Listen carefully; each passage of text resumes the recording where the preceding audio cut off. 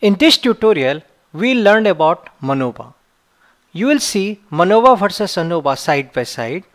You will see huge cases of MANOVA, where do you need to apply MANOVA.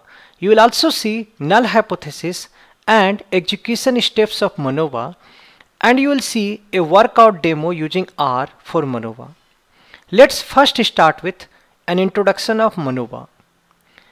In ANOVA, you have one dependent variable and one or more independent variable, which are called factors. Like you have two factors and probably one dependent variable.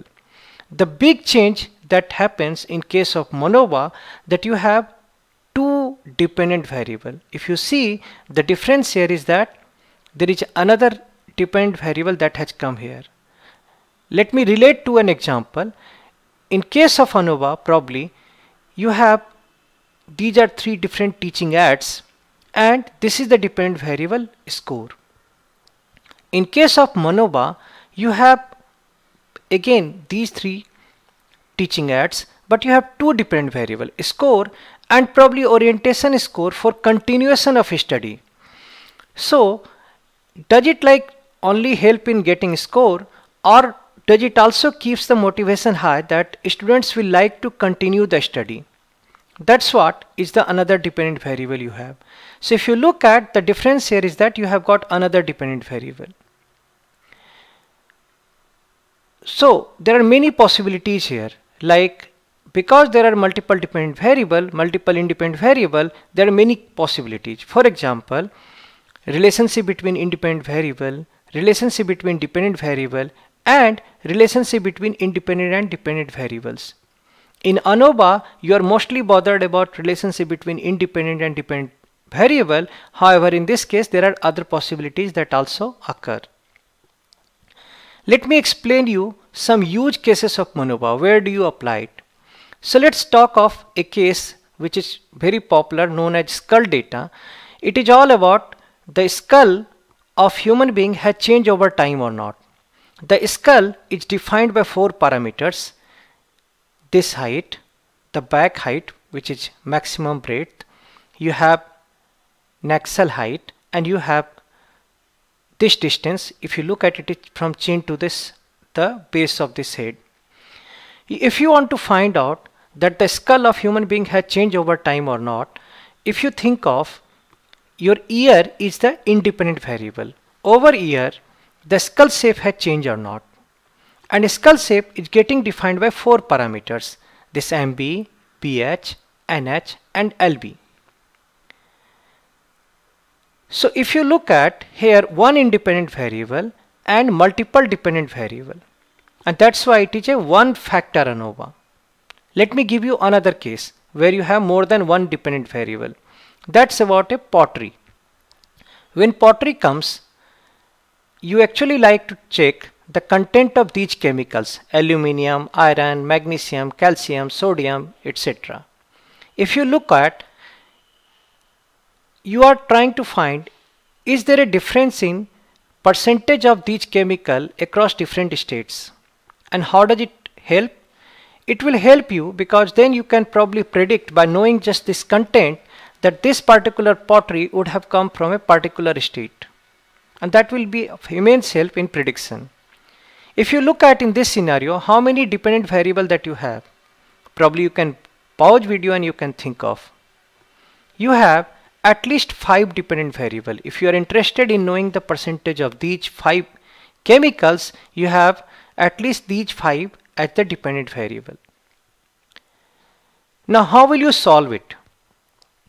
Let me explain you the null hypothesis of MANOVA and how does it execute. Make a note, in case of ANOVA, you check the dependent variable average. But because here you have multiple dependent variable, you look at group mean vectors. Because you have multiple dependent variable, so you are looking at the average of all the variables, and that's how you are getting to vectors. So you are looking at group mean vectors of all the classes are same or not. So here, a scenario is very much like this: mu1, mu2, mu3 or not. However, here mu1, mu2, mu3 are the group mean vectors. in one line it is as good as the means of the variables, the dependent variables are same across different treatment groups or not. So how will it get executed? In case of ANOVA, you create sum of squares and you distribute into two parts, between sum of square and within sum of square. And then you actually calculate ratio of between sum of square to within sum of square, which is called F statistics.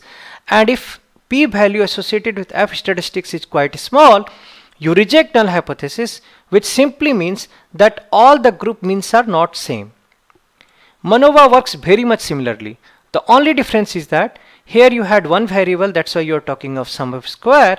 Here you call of total scatter matrix because you have many dependent variables. And again, you divide that total scatter matrix into two parts, between group matrix and within group scatter matrix. Then you calculate W inverse B, which is very similar to this if you think of, and if the p value associated with this matrix is quite small, you reject null hypothesis, which means that the dependent variables are not same across different groups. Let me show you a workout example. So I am going to use the skull data and I am going to show you that how do I use this syntax. So up to this part it's anyway very simple to the R. Here just I am using cbind, means like I am taking all the four dependent variable of the skull data. If you look at the skull data, you had four dependent variables, BH, NB, BL and MB. So you are taking all these four dependent variable using mbind command, and that becomes your dependent variable, and as factor you are taking the epoch, which is the independent variable, which is the year here. Let me show you the data and show you the execution. So here you have the data, and if you just take a look at the pivot, you will realize this data belongs to 4000 VC, 3300 VC, 1850 VC, 200 VC and 150 AD. And if you look at the MB, it is increasing over time. So this particular width is increasing over time. If you look at BH, it is going down over time. So this particular height is becoming less over time. This height, BL, again is reducing. And if you look at NH, it is slightly increasing. But you have four dependent variables. Let's look at how does R solve it. So I have already saved this data as CSV and I'm just going to read it here. So here, this part is very simple because here you are just going to read this data, that CSV file. So here I have this data in the CSV format, and you can take a look that these are the different, we have 30 data from each of the period. So you have 150 records. This is how you run it.